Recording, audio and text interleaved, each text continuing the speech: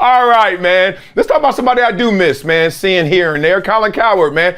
I love Colin Cowherd. On the radio, dog, he has me hooked, glued. Whenever Colin's on, volume up. Can't lie about that. That dude destroys some radio. Well, he also destroyed Justin Fields. He rips him after he ranked himself as an all-time great rushing quarterback.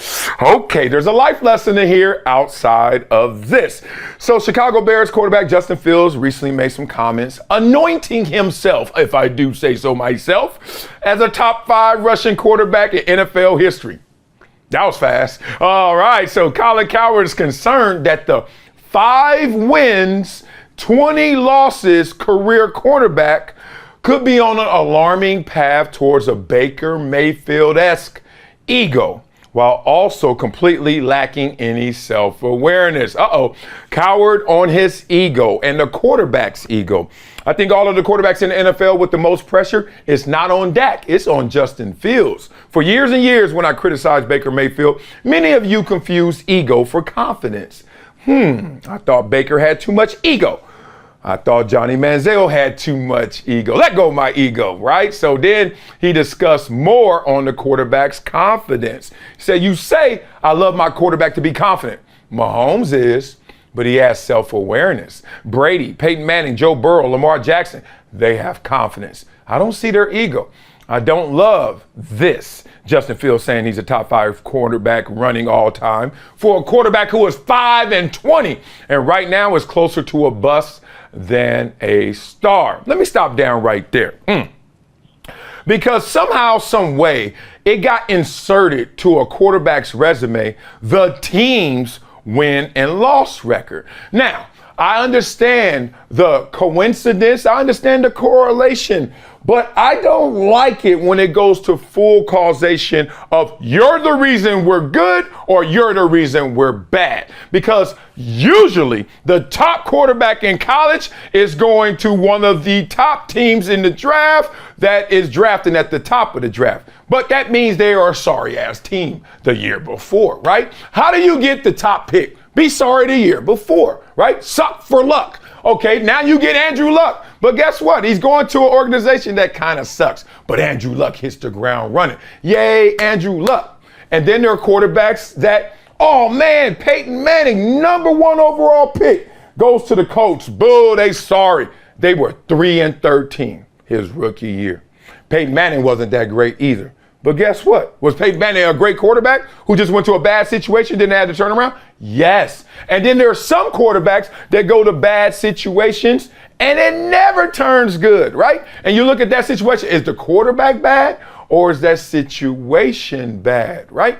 Anyway, all I'm saying is, why did we all of a sudden just map on all of the team's success onto that one quarterback, when we've also seen quarterbacks that we don't think are so great, and then all of a sudden they have team success, and we still don't give the quarterback the love, right? Trent Dilfer sitting somewhere like, dog, where my love at, dog? You know, Brad Johnson sitting there like, where my love at then? And that's the point. All right, let me get back into this because I got more on that. So then he starts talking about other top running quarterbacks in NFL history. Lamar's an MVP. Cam Newton, MVP. Vic, 4-time Pro Bowler. Steve Young, Super Bowl winner. Justin Fields, 5-20. Damn.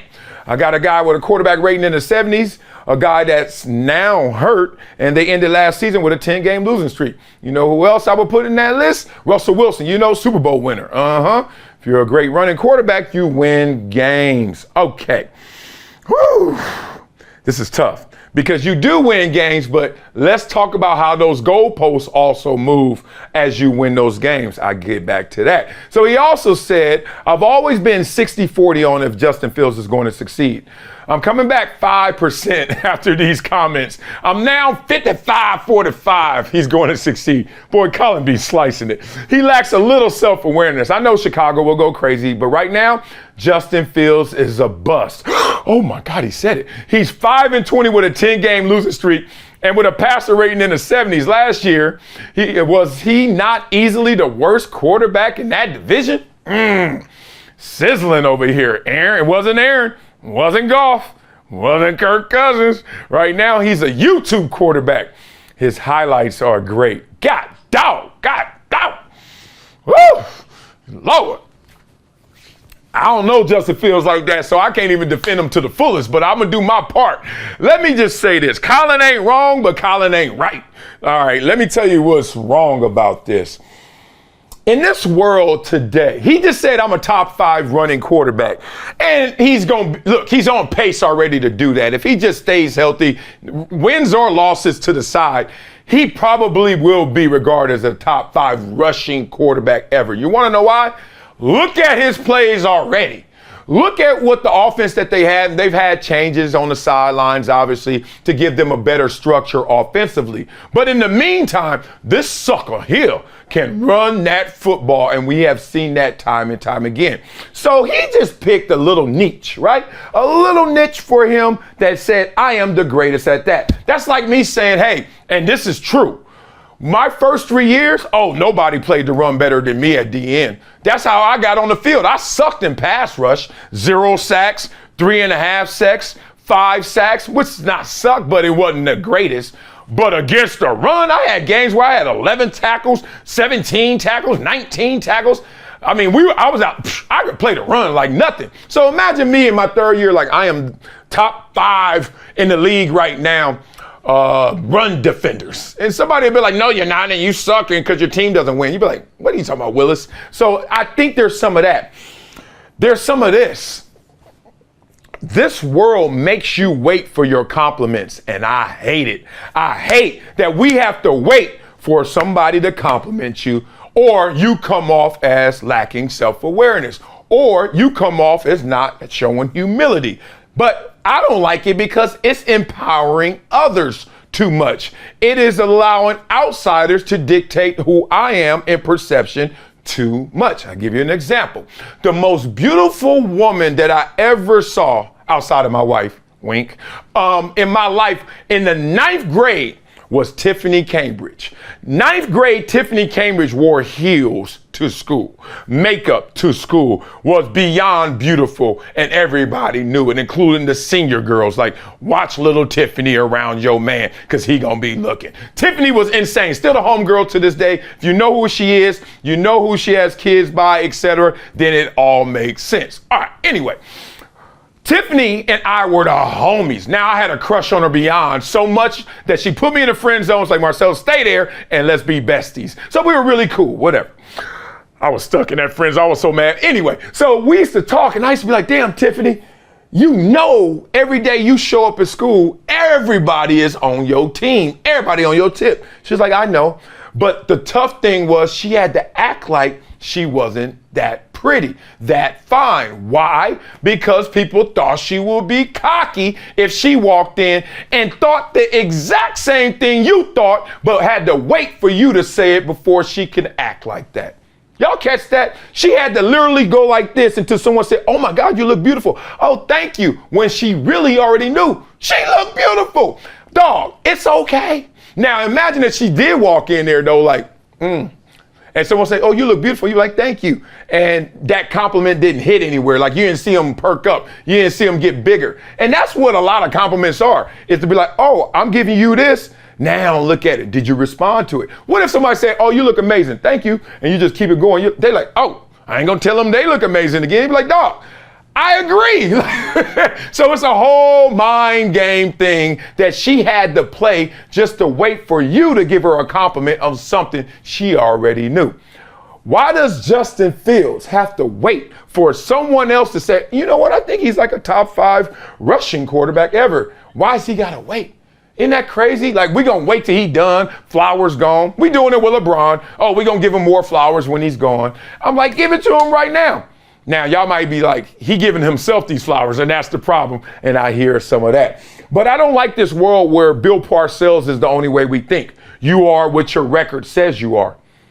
Okay, if that's good for quarterbacks, why isn't it good for anybody else on that field? It's the most important position. It ain't the only position. What if a quarterback plays an amazing game, which we've seen before, right?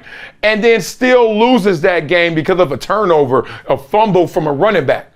Oh, I thought you are what your record says you are. You lose a game, but play amazing. So I think we just got to be a little more nuanced, break the game down to segments, and let people shine. And if that person wants to actually be the one that tells you and appoints themselves to that standard, Who are you to back it up? Who are you to shut it down? Let that person speak and see if the numbers support it. In the rushing game, I think the numbers support Justin Fields as being that beast. Last thing is, I don't like the fact that we move the goalposts as often as we do. Okay, so you say it's about your record. Okay, well, guess who has the second most wins at their young tenure in NFL history at quarterback? I'll wait. Lamar Jackson. Yeah. Now, with Lamar Jackson, soon you start saying second most wins, guess what they're going to say? But he ain't got over the hump. He ain't won it all. So then they move the goalposts. Dak Prescott, I think when last time I checked, he was like top 5 wins. But he ain't won it all. Okay, so first we went from win-loss record to, okay, win percentage. Now you got to win it all. So then I give you Peyton Manning. Because Peyton Manning didn't get his flowers even after he won the first one. Because y'all were like, man, well, Brady already got 3. And he just getting this one. I thought he better. And then Peyton Manning win the second one. And then we took the second one away. That Denver defense did that. Peyton wasn't that good. I'm like, dog, what are the ingredients to actually satisfy the sports critic? Because every time you check this box, it seems like they put another one there to move the goalposts into. So y'all got a problem with Fields' comments? Because I don't, because I actually see where he's coming from. Maybe y'all don't like the type that tells you who they are, but I do, because it then takes away some of the work I got to do.